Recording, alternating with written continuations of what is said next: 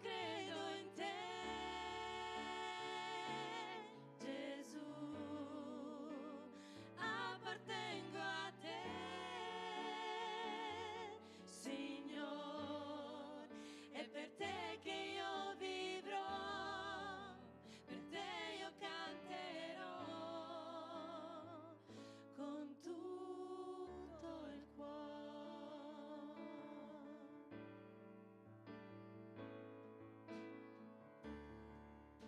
Ti seguirò ovunque tu andrai, con lacrime e gioia, ho fede in te. Camminerò nelle tue vie, nelle promesse per sempre.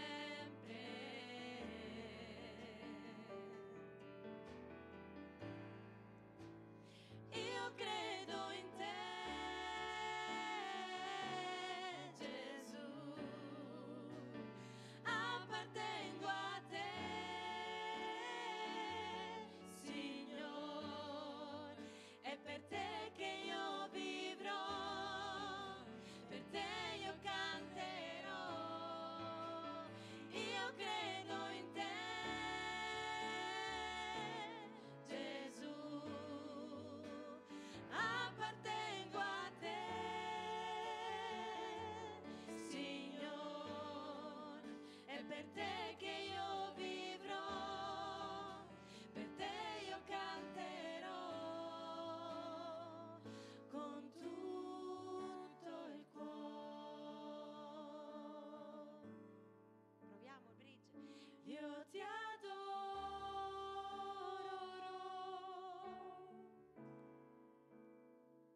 e ti adorerò.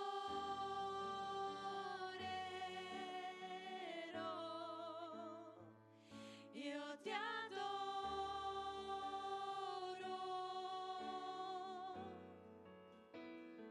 e ti adorerò.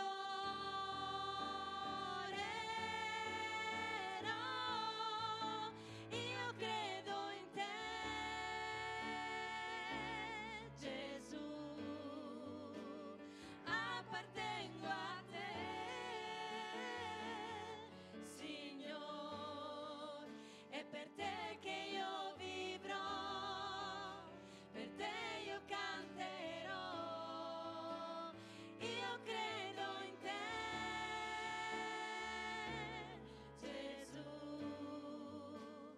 appartengo a te,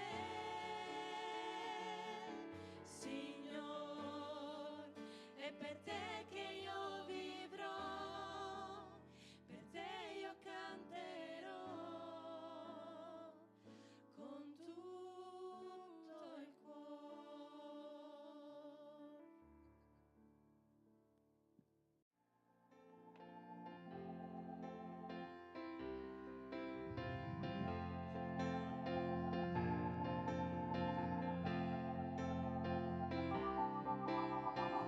Se chiamiamo Lui ci risponderà, se cerchiamo Lui si farà trovare, se noi lo innalziamo Lui ci innalzerà, tutti insieme noi diamo lode a Re. Cantiamo con gioia al nostro Dio, cantiamo con gioia al nostro Dio.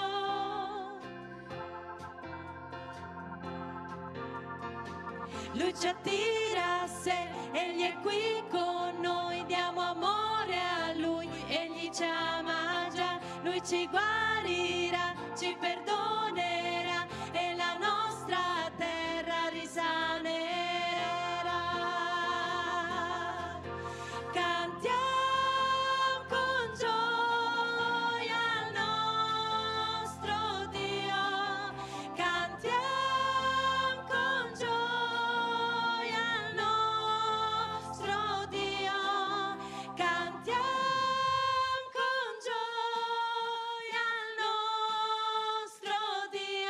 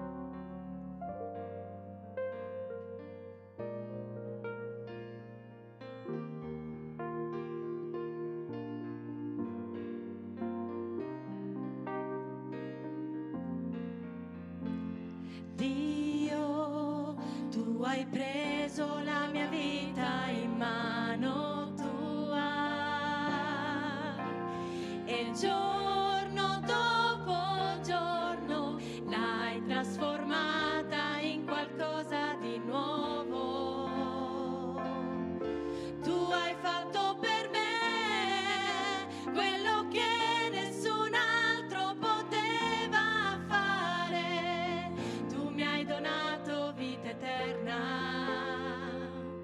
ed io con tutto il mio cuore questa canzone la canto per te, mio Signore, per te che hai dato il figlio tuo, che mi hai amato prima che ti amassi io, quando ero stanco e lontano da te, e nel più semplice modo che io conosco voglio dirti grazie, perché la sola vera ragione per cui canto adesso è che tu hai dato il tuo figlio per me.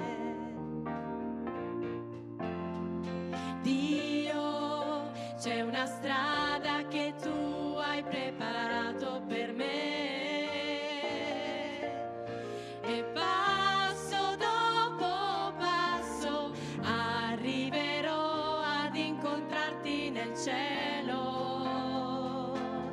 Indietro non tornerò, perché in te ho trovato la vera vita, ed è per questo che io canto, ed è per questo che ti lodo. Questa canzone la canto per te, mio Signore, per te che hai dato il figlio tuo, che mi hai amato prima che ti amassi io, quando ero stanco e lontano da te, e nel più semplice modo che io conosco voglio dirti grazie, perché la sola vera ragione per cui canto adesso è che tu hai dato il tuo figlio per me.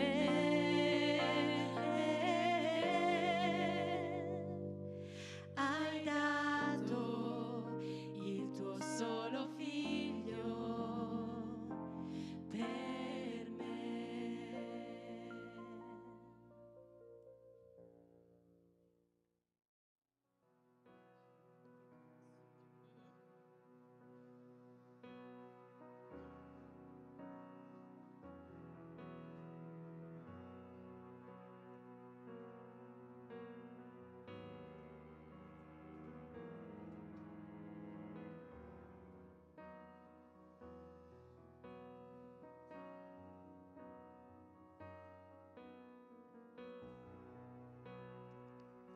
Se dentro me ho perso la speranza e sento che certezze più non ho, non temerò, ma aspetterò in silenzio, perché io so che sei vicino a me. Mi rialzerei se non avrò più forze, mi rialzerei, con te ce la farò, sarai con me nel buio della notte, mi rialzerai e in alto volerò. Se dentro me ho perso la speranza e sento che certezze più non ho, non temerò, ma aspetterò in silenzio, perché io so che sei vicino a me. Mi rialzerai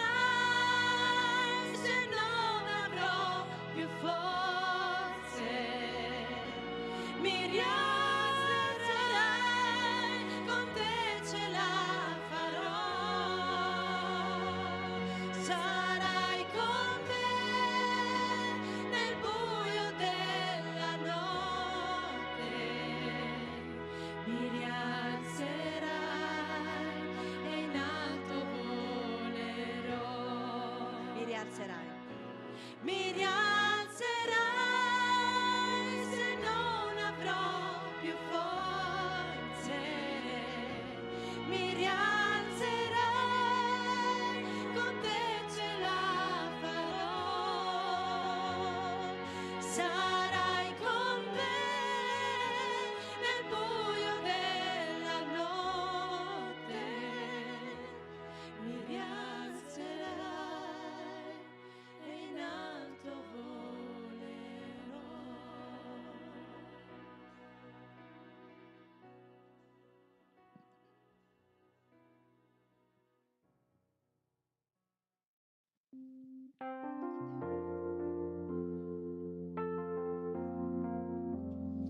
Mi guardi e mi conosci, ti chini su di me, la carezza di un padre, un sorriso d'amore, la tua grazia che cresce in me. Sei tu che mi hai cercato, venendo fino a qui, dai confini del cielo alla porta del cuore, hai a te. Accolti da Dio deboli e forti. Tra i deboli e i forti, nuove relazioni nascono nella Chiesa in virtù di un Dio che ci ha accolti per prima. Benvenuti allo studio del venerdì, che ci vede coinvolti nell'analisi del capitolo 14 della lettera di Paolo ai Romani. Facendo un breve ripasso, possiamo dire che l'Apostolo dedica quasi tutta la lettera, che per noi riguarda i primi 11 capitoli, per spiegare il Vangelo, in quanto giustificati davanti a Dio per grazia e per sola fede, per mezzo di Gesù Cristo. L'Apostolo descrive senza fare sconti sia la condizione generale dell'uomo, in quanto peccatore e privo della gloria di Dio, quindi incapace di essere in relazione con Dio, quanto anche riconciliarsi a Dio. Egli rende giusti coloro che credono al Figlio, quale Redentore, Mediatore, Salvatore e Signore. L'opera della croce diventa il centro, il fulcro dell'iniziativa di Dio per realizzare questo proposito. In particolare, se si comprende il Vangelo, Paolo dedica i primi 5 capitoli a questo argomento, si può anche sperimentare il Vangelo.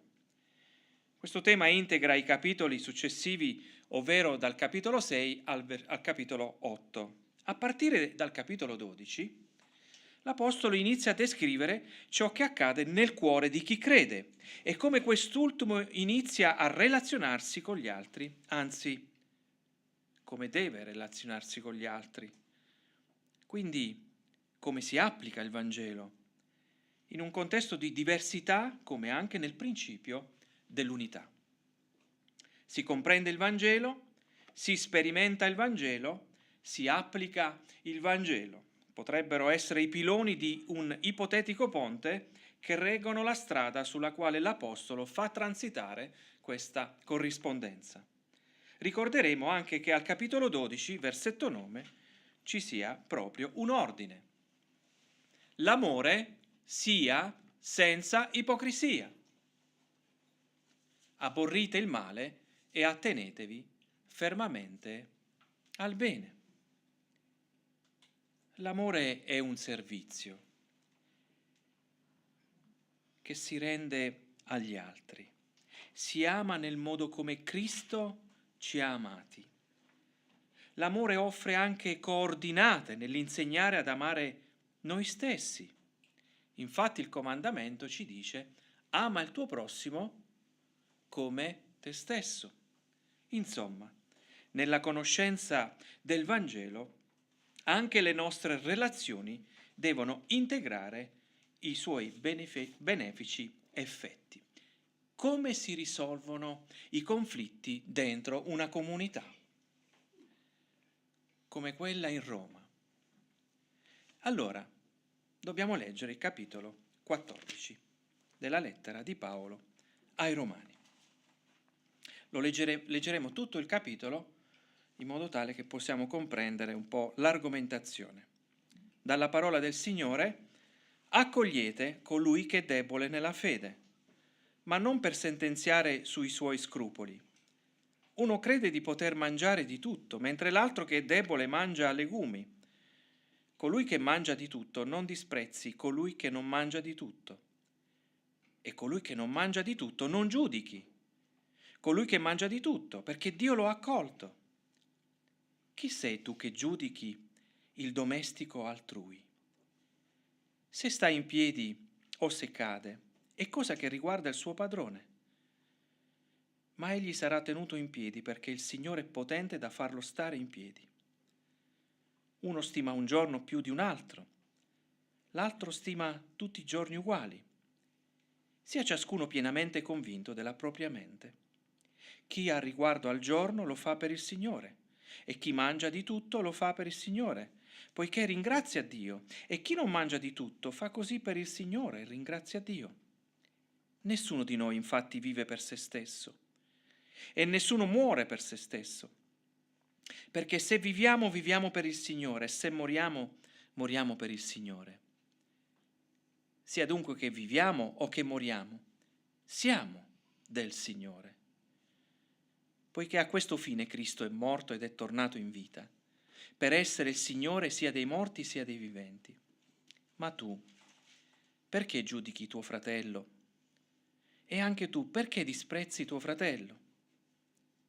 Poiché tutti compariremo davanti al tribunale di Dio.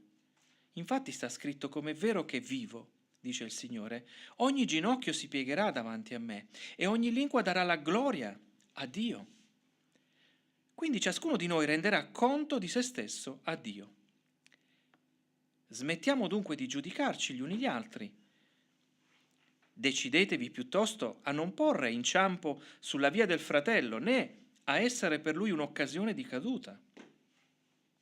Io so e sono persuaso nel Signore Gesù che nulla è impuro in se stesso. Però, se uno pensa che una cosa è impura, per lui è impura. Ora, se a motivo di un cibo tuo fratello è turbato, tu non cammini più secondo l'amore. Non perdere con il tuo cibo colui per il quale Cristo è morto. Ciò che è bene per voi non sia dunque oggetto di biasimo, perché il regno di Dio non consiste in vivanda né in bevanda, ma è giustizia, pace e gioia nello Spirito Santo. Poiché chi serve Cristo in questo è gradito a Dio e approvato dagli uomini. Cerchiamo dunque di conseguire le cose che contribuiscono alla pace e alla reciproca edificazione. Non distruggere per un cibo l'opera di Dio. Certo, tutte le cose sono pure, ma è male quanto uno mangia dando occasione di peccato. È bene non mangiare carne, né bere vino, né far nulla che possa essere occasione di caduta al fratello. Tu, la fede che hai, serbala per te stesso davanti a Dio. Beato colui che non condanna se stesso in quello che approva, ma chi ha dei dubbi riguardo a ciò che mangia è condannato, perché la sua condotta non è dettata dalla fede, e tutto quello che non viene da fede è peccato. Vogliamo pregare. Signore, buon Padre, grazie per averci accolti nella tua grazia. Donaci, Signore, la capacità di accogliere, di costruire relazioni che durano nel tempo, nella vita dei nostri familiari, Signore, come anche nella tua Chiesa, Signore, che è stata acquistata a te per mezzo del sangue di Cristo. Pertanto questa sera, Signore, qualsiasi cosa noi pensiamo, vogliamo indirizzare il nostro sguardo verso di te, verso colui che l'ha acquistata a sé, dando valore a ciascuno di noi, Signore, dando un nome a ciascuno di noi, dando uno spazio di azione a ciascuno di noi. Pertanto, Signore, benedici la Tua parola nei nostri cuori, affinché possiamo crescere come comunità, crescere non solo nella fede individuale, ma in questa visione di popolo, Signore, che ci rende forti, ci protegge, Signore, ci dà capacità di andare verso l'esterno con più determinazione per annunciare il Tuo Evangelo. E questo messaggio noi vogliamo portare al mondo, che Cristo è morto ed è risorto per i nostri peccati. Amen. Potremmo dividere l'intero capitolo in 4 sezioni. Accogli i deboli nella fede. Primi 3 versetti. È Dio che ci insegna a farlo, dal versetto 4 al versetto 9. È Dio che giudica, versetti 10-12. Poi parleremo di un regno comune, versetti 13 a 21. La questione fondamentale, ultimo punto, è vivere per la fede. Versetti 22 e 23. Disprezzare o giudicare non va mai bene, soprattutto quando le questioni sono di carattere secondario e non primario. Un conto è discutere sui temi principali della fede. Paolo è stato molto chiaro per 11 capitoli. Altro è discutere su ciò che è secondario. A volte le cose secondarie diventano dei dogma, anche per una mancanza di una confessione di fede in alcuni contesti, favorendo contestazioni, divisioni e tante altre manifestazioni che sono contro lo spirito. Paolo individua nella Chiesa, versetto 2, il disprezzo di coloro che egli chiama forti verso coloro che sono più deboli, come anche i deboli che giudicano i forti, non riuscendo a capire il confine, questo è il problema dei deboli, tra le cose che si possono discutere da quelle che invece non sono negoziabili. Per esempio, il debole aveva degli scrupoli, stiamo parlando di credenti ebrei, che per motivi di coscienza non mangiavano certi cibi. Infatti si nutrivano, dice il testo, di verdure e in altre traduzioni di legumi, al posto della carne. Tenuto conto che il cerimoniale non solo stabiliva quali animali poter mangiare da quelli che non potevano mangiare, ma anche come doveva essere eseguita la macellazione. E questo è quello che mi ha fatto riflettere in questo testo, che addirittura questi credenti a Roma non mangiavano più carne, ma gli ebrei potevano mangiare la carne, alcuni tipi di carne. E quindi il problema era anche sulla macellazione. Allora, quando venivano invitati nelle case, spesso i culti si facevano in casa e c'era questa tensione tra chi mangiava la carne e chi la rifiutava. Possiamo dire vegetariani, usando un linguaggio moderno, per evitare di trovarsi in conflitto con la propria coscienza. Questo è uno dei problemi. Altra questione discutibile è riportata al versetto 5. Uno stima un giorno più dell'altro, più di un altro. L'altro stima tutti i giorni uguali. Potete già immaginare quali sono i due gruppi. Sia ciascuno pienamente convinto. Vedete come ci sono già delle risposte. Sia ciascuno pienamente convinto nella propria mente. Comprendiamo quanto sia difficile unificare nel momento in cui la cultura, la tradizione e tanti altri fattori impediscono quella fusione che ci si auspica nel popolo di Dio. Giudei e gentili sono i membri di una nuova comunità che si è costituita dopo Pentecoste. Quindi con provenienze diverse e imparando a stare insieme perché il Signore è il Signore di tutti. Amen. Paolo rievoca la necessità di essere convinti. Sì, la convinzione è un modo per essere tranquilli, sereni, in modo in modo che ogni scelta sia ponderata dall'individuo secondo la propria coscienza. Laddove la Bibbia non ci dice delle cose precise, allora c'è questa coscienza che ci dice come agire. La Bibbia offre dei principi e questi sono scritti a chiare lettere, ma offre anche libertà di agire secondo coscienza. Non siamo dei robot, non siamo delle macchine, siamo individui diversi l'uno dall'altro. Il cristianesimo ha questa peculiarità di essere inclusivo, accogliete colui, vedete la prima parola del primo capitolo? Accogliete. Quindi inclusivo, rispetta la diversità, proclama l'unità, offre un fondamento sul quale costruire relazioni. Ulteriore problema in questione è espresso al versetto 21. È bene non mangiare carne, né bere vino, né fare cosa alcuna che porti il tuo fratello a inciampare. Insomma, tutto quello che si discute riguarda argomenti che rendono forti alcuni, che disprezzano i deboli, come anche i deboli giudicano i forti perché non riescono a definire il confine delle cose discutibili da quelle che non sono discutibili, cadendo nel legalismo. Paolo mostra al debole che può perdere il fulcro del Vangelo in quanto non si è accettati da Dio attraverso delle cose che si devono fare o non fare.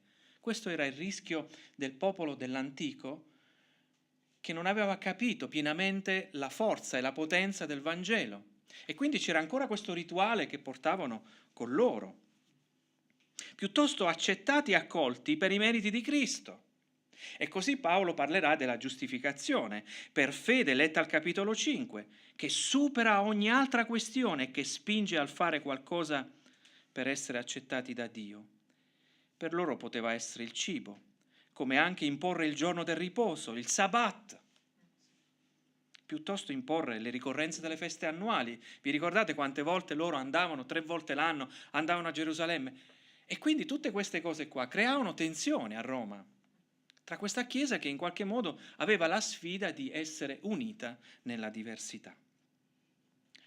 Caro credente forte, potremmo dire, non fare inciampare tuo fratello debole. Fai ogni possibile azione che lo indirizzi a rimanere nella relazione, perché per lui è difficile comprendere il limite di ciò che è discutibile, quindi secondario, da ciò che non è discutibile, condizionato da una certa forma di legalismo. Il principio vale anche per tutti quelli che cercano di meritare la salvezza attraverso un percorso religioso che spinge al merito piuttosto che a un atto di grazia immeritata di Dio nei confronti di coloro che ascoltano la sua parola e credono. Quelli che l'Apostolo chiama deboli non sta dicendo che non sono credenti. Questo è importante, perché qui c'è una fede comune, ci sono fratelli e sorelle deboli e forti che Paolo sta cercando di far lavorare insieme. Anzi, hanno una coscienza che li indirizza a cercare Dio con un cuore sincero, piuttosto che imparino a godere del favore di Dio nella grazia abbondante che Cristo ha offerto alla croce. Chi sono i forti? Sono coloro che sanno di essere stati salvati e sperimentano la libertà del Vangelo. E questo capitava a Roma, soprattutto con i gentili, che consente loro di mangiare qualsiasi cosa, bere qualsiasi bevanda, ma nell'ordine della sobrietà. Quindi la libertà è nel sentirsi liberi di mangiare ogni cosa, ma c'è sempre il controaltare di non eccedere nella dissolutezza. Liberi di mangiare e anche di bere, perché il Vangelo offre anche delle libertà che la legge non concedeva. Pensate all'elenco dei cibi definiti puri e impuri, per esempio, nel libro del Levitico piuttosto che nel Deuteronomio. Si poteva essere qualificati o squalificati nell'adorazione del tabernacolo e poi del Tempio. Perciò il cibo faceva la differenza. Non essere accettati, non essere accolti alla presenza di Dio. Pensate al criterio della macellazione, che doveva essere adottato per poter mangiare carne. Dopo l'uccisione l'animale doveva essere attentamente esaminato. Non ci dovevano essere dei difetti. Spesso i culti erano nelle case e spesso si condivideva un pasto insieme. Insomma, i deboli e i forti dovevano imparare a stare insieme perché entrambi acquistati a Dio dal prezioso sangue di Cristo. Pensate che i deboli e i forti erano solo a Roma? No, erano a Corinto, erano in Galazia, erano ai Colossesi. Paolo li descrive. A volte si invertono i ruoli, magari il forte era un altro tipo di popolo rispetto al debole, però il problema rimaneva. Insomma, a volte, anche se non sono queste le divergenze, ci si divide e nascono i conflitti per delle cose secondarie che impediscono al popolo di Dio di vivere insieme. Cosa fare? Beh, direi cambiare atteggiamento. Ecco, questo lo possiamo fare, cambiare atteggiamento. Versetto 3. Colui che mangia di tutto non disprezzi colui che non mangia di tutto. E colui che non mangia di tutto non giudichi colui che mangia di tutto, perché Dio lo ha accolto. Vedete, è lo stesso termine che inizia il capitolo. Accogliete, accolto. Accolti da Dio, deboli e forti, è il tema di questa sera. Cosa bisogna imparare? A volte ci sentiamo più maturi degli altri, mi riferisco al forte, anzi anche avanzati nella fede. La conoscenza, una conversione di lunga data, insomma si rischia di guardare dall'alto verso il basso chi è più debole. Disprezzare significa proprio questo, guardare da su a giù. Infatti significa guardare così. Forse per la loro semplicità, o forse anche perché hanno meno conoscenza, o forse perché provengono da culture diverse, come accadeva in Roma quando gentili e giudei si incontravano nella comunità o nelle case. A volte si cade anche in una forma di azione scorretta, non rispettando i tempi di crescita spirituale dell'altro fratello. E questo succede anche nel rapporto genitori-figli, no? A volte ci dimentichiamo che i nostri figli devono aver tempo di crescere, devono prendere del loro tempo per crescere. Chi è forte accoglie in modo da offrire un porto sicuro a cui lasciare riparare il debole. Questa è la vita comunitaria.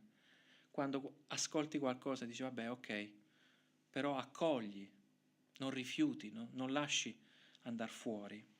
Versetto 1, lo ripeto, accogliete colui che è debole nella fede, ma non per sentenziare sui suoi scrupoli. Guardate che possiamo accogliere anche in modo strumentale, opportunista, possiamo dire così. Lo accolgo, ma poi gliele devo dire. Non sentenziare significa rispettare la coscienza altrui, accarezzare anche i dubbi e accompagnarli alle loro decisioni per non farli sentire inadeguati. Accompagnare i dubbi. E questo ha bisogno di ascolto. A volte non ascoltiamo neanche. Dobbiamo dire le nostre cose. Ci siamo preparati per dirle. Significa allora che la tendenza per una categoria o per l'altra è vedere il prossimo in modo naturale, direi anche carnale, piuttosto che nel modo in cui Dio li vede. Infatti l'Apostolo ci offre il parametro esatto. Dio li ha accolti. Fallo pure tu. Se Dio li ha giustificati per la fede e per i meriti di Cristo, allora non hai il diritto di cambiare questa loro condizione. Trattiamo i fratelli come Dio fa con ciascuno di coloro che ha salvato. Il giudicare gli altri è una prassi che spesso ci investe, quando ad occuparci noi, quasi ad occuparci noi delle cose di Dio. L'Apostolo ci aiuta a comprendere questo concetto con il versetto 4. Chi sei? Chi sei tu che giudichi il domestico altrui? Se sta in piedi o se cade, cosa che riguarda il suo padrone. ma egli sarà tenuto in piedi, perché il Signore è potente da farlo stare in piedi. Di chi sta parlando Paolo? Chi è il domestico? E chi è il padrone? Direi che il domestico rappresenta ognuno di noi, che stia in piedi o che sia caduto. Stai tranquillo, che il Signore lo rialzerà. È come se Paolo stesse formulando questa domanda: ma chi ti credi di essere? Che ti metti nella condizione di giudice su un altro credente. Ogni credente, così Paolo lo descrive, è un domestico del Signore. Sia che sta in piedi e sia anche caduto, viene gestita quella postura dal proprio padrone. Ecco un modo di svincolarci dall'ansia di giudicare gli altri, che ci mette anche nella condizione di prevaricare sugli altri. Paolo irrompe con altre questioni, come la scelta del giorno del Signore, una chiara differenza per i credenti provenienti dall'ebraismo rispetto ai gentili. Allora la soluzione è quella di fondare le scelte individuali sulle proprie convinzioni e ricercare la gloria di Dio. Ogni personalità deve essere rispettata. Versetto 6. Chi ha riguardo al giorno lo fa per il Signore, e chi mangia di tutto lo fa per il Signore, poiché ringrazia Dio. E chi non mangia di tutto fa così per il Signore e ringrazia Dio. Vedete il padrone dove sta? E chi è il padrone? Eppure ci sono persone che mangiano di tutto, ma anche altre che non mangiano di tutto. E qui potremmo mettere anche altre cose, altri elementi più contemporanei, perché qui, grazie a Dio, mi sembra che siamo una buona forchetta un po' tutti quanti. Però può capitare altre cose secondarie. E il padrone è sempre la stessa persona. Sia il debole sia il forte agiscono e si comportano in modo da piacere al Signore prima di ogni cosa. La questione è che sia l'uno e sia l'altro costituiscono la Chiesa e sono del Signore. Versetti 1 e 2 li rileggo.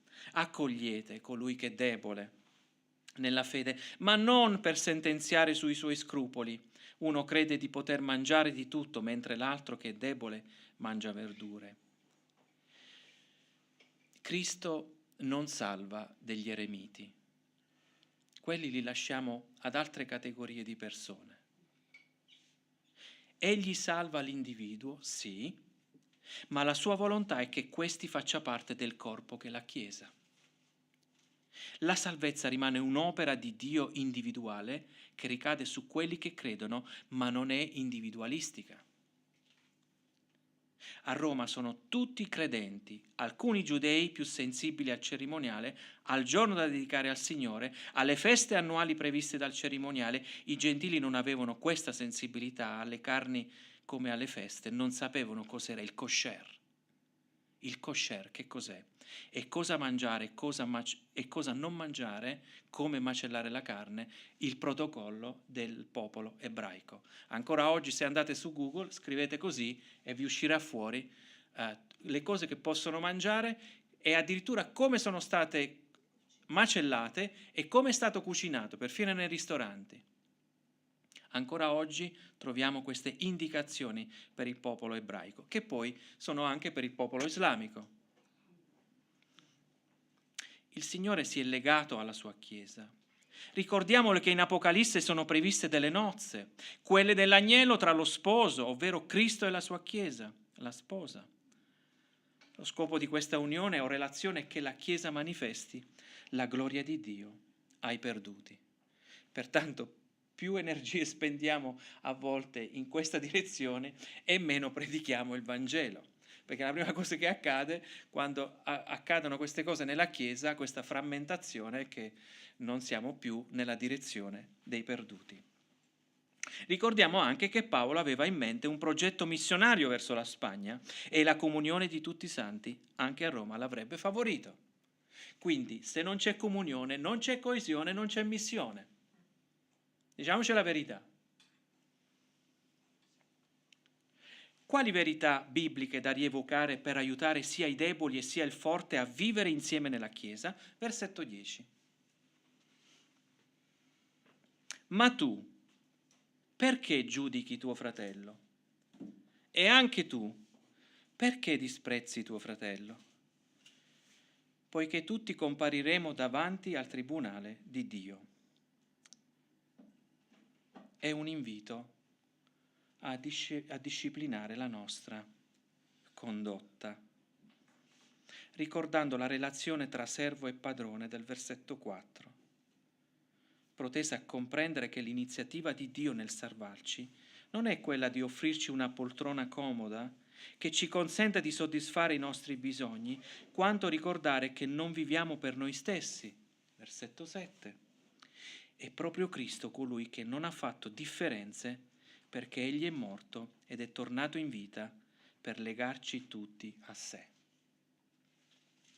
Piuttosto, lo scopo, perché siamo insieme come Chiesa, è quello di agire, pensare, decidere, avvicinarsi al fratello in una ottica di cooperazione e di servizio.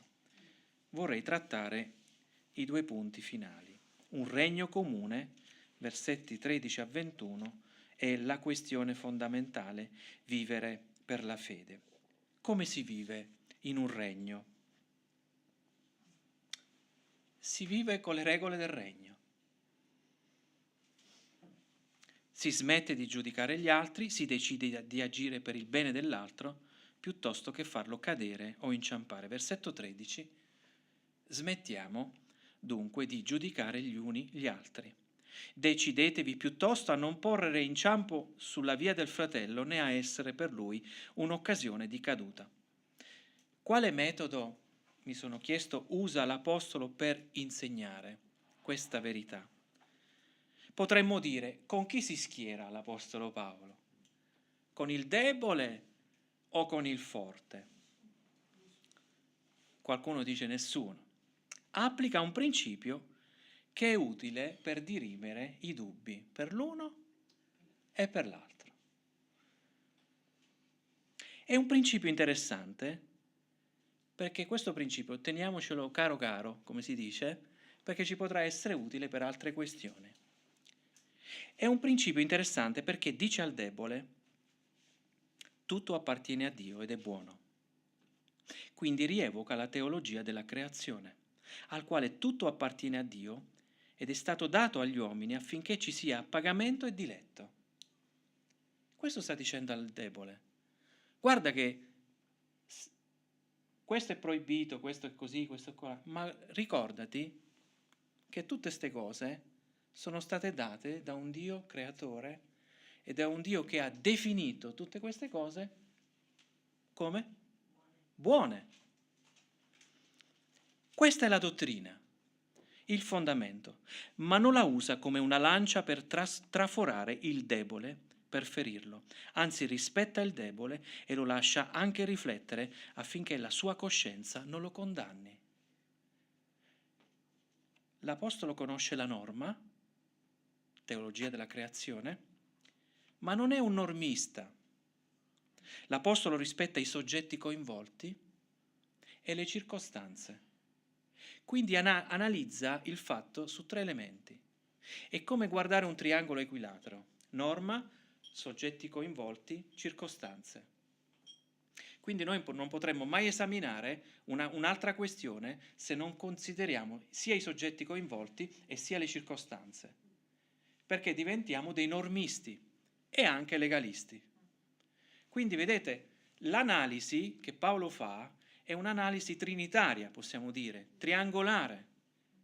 Si ascolta, si analizza, poi si va all'altro elemento, dalla norma si passa ai soggetti e poi alle circostanze e poi si fa il giro. E la soluzione è al centro. Sono 3 gli elementi che sono in gioco. La norma, cosa dice la Bibbia? Chi ho davanti a me, questo è importante, chi ho davanti a me? Ovvero chi sono i soggetti coinvolti? Infine le circostanze. Quasi a dire che siamo a Roma qui, ma A Corinto forse le cose sono diverse, in Galazia sono diverse. La norma c'è, nessuno la mette in discussione, però i soggetti e le circostanze sono diversi. Questo ci aiuta per esempio a dirimere le grandi questioni. Versetti 14 e 15. Io so e sono persuaso nel Signore Gesù che nulla è impuro in se stesso. Però, se uno pensa che una cosa è impura, per lui è impura. Ora, se a motivo di un cibo tuo fratello è turbato, tu non cammini più secondo amore. Non perdere con il tuo cibo colui per il quale Cristo è morto. Ecco chi è Paolo. Sa spiegare le cose in un certo modo che in qualche modo integra, accoglie, osserva la diversità ma spinge verso l'unità. Accoglie, è scritto al versetto 1 e al versetto 15, non perdere. Accogli e non perdere. Fai in modo da trattenere i credenti, piuttosto che perderli se sono queste le argomentazioni che li dividono. A volte le argomentazioni sono altre, più profonde, altre invece è solo una questione personale. Che tristezza aver rinunciato per alcuni ad un progetto che non ha tenuto conto che i servi, i domestici, così sono chiamati al versetto 4, sono al servizio del padrone e non c'è spazio per altro. La questione fondamentale è l'ultimo punto di questa sera, vivere per la fede. Versetti 22 e 23. Tu la fede che hai, serbala per te stesso davanti a Dio. Beato colui che non condanna se stesso in quello che approva. Ma chi ha dei dubbi riguardo a ciò che mangia è condannato perché la sua condotta non è dettata dalla fede.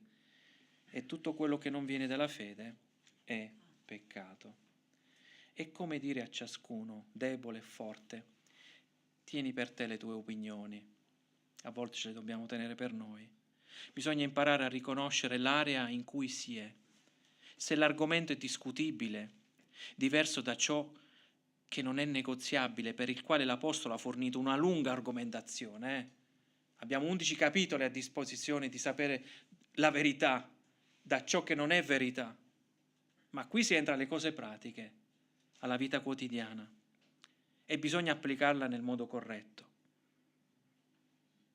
Allora il forte non disprezzi il debole e il debole non giudichi il forte. Questo ragionamento non esclude l'espressione di un parere, soprattutto se ci viene chiesto, in riguardo a ciò che è discutibile e che appartiene alle cose secondarie. Come affermava anche Gesù, di stare attenti ai falsi profeti. Non stiamo parlando di quello. E li dobbiamo pure riconoscere. E dobbiamo conoscere la parola. Prima Giovanni 4,1. Carissimi, non crediate a ogni spirito, ma provate gli spiriti per sapere se sono da Dio, perché molti falsi profeti sono sorti nel mondo. Ci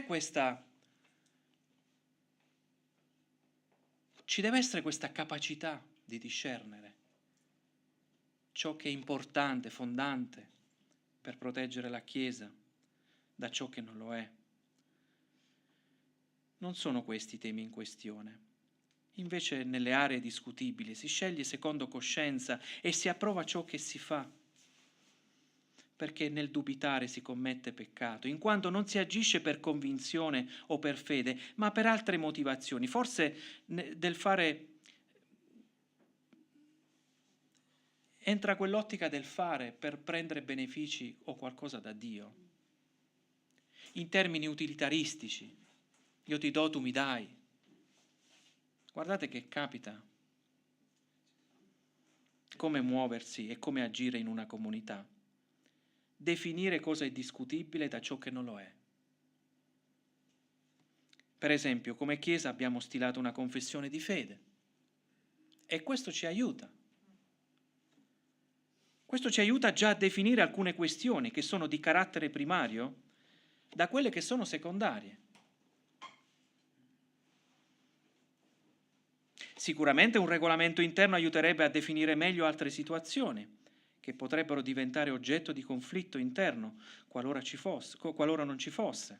Insomma, rievocare a conclusione il versetto 17. Perché il regno di Dio non consiste in vivanda né bevanda, ma è giustizia, pace e gioia nello Spirito Santo. Cosa mostreremo come Chiesa caratterizzata dalla presenza di forti e di deboli? Mostrare le cose che contano, mostrare le cose di sostanza, possiamo dire così, mostrare gli effetti della grazia che sono la giustizia, la pace, la gioia dello Spirito Santo, significa essere graditi a Dio e stimati dagli uomini. Non si appartiene ad un regno, quello che Cristo ha inaugurato alla croce, con ciò che si mangia o si beve. Il debole dovrà imparare che in questo regno alcune regole materiali non sono fondamentali, piuttosto discutibili. Il forte dovrà imparare a godere della libertà che il Vangelo ha determinato nella sua vita, portando pace, incoraggiamento e santità nella vita del fratello debole, però, non solo nella sua. E quindi si dovrà impegnare a renderlo quello che il Signore vuole. Ecco cosa significa accogliere. È ciò che ci deve impegnare ogni giorno, accogliere nella propria cerchia e nel proprio amore. È uno sforzo a rimanere in una relazione piuttosto che uscirne. Fate ogni sforzo, dirà l'Apostolo Paolo.